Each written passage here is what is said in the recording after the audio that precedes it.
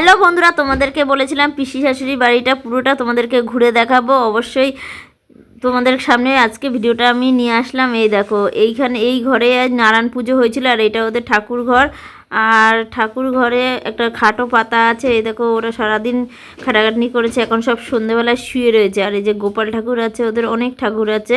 আর কত সুন্দর করে আলপনা দিয়ে ঠাকুরের সামনেটা সাজানো। আর এইখানেই নারায়ণ পুজো হয়েছিল, আজকে দুপুরবেলা হয়েছিল, কিন্তু আমরা আসতে পারিনি।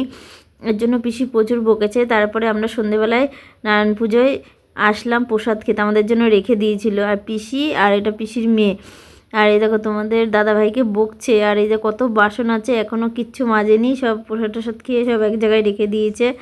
আমাদের জন্য প্রসাদ রেডি করছে। আর এটা হচ্ছে পিসামশাই, উনি সারাক্ষণ টিভি দেখতে ভালোবাসে, আর সারাক্ষণ টিভিই দেখতে থাকে। আর এই দেখো, এই ঘরে একটা টিভি সারা দিন রাত্রি চলে, আর সিরিয়াল চালিয়ে রেখে দেয়। ওনারা খুব সিরিয়াল, এত সিরিয়ালের ভক্ত কি বলবো। আর এই ঘরটা হচ্ছে দাদাভাইয়ের ঘর, এখানে দাদাভাই থাকে। দাদাভাইয়ের এখনও বিয়ে হয়নি, আর দাদাভাই বিয়ে করেনি, ওই দাদাভাই ঘরে থাকে, আর ওই ঘরে সবাই থাকে। আর এই দেখো, এটা হচ্ছে রান্নাঘর, এখানে রান্না বান্না পিসি করে। আবার বাইরে কাঠের উনানেও রান্না করে, জল গরম করে।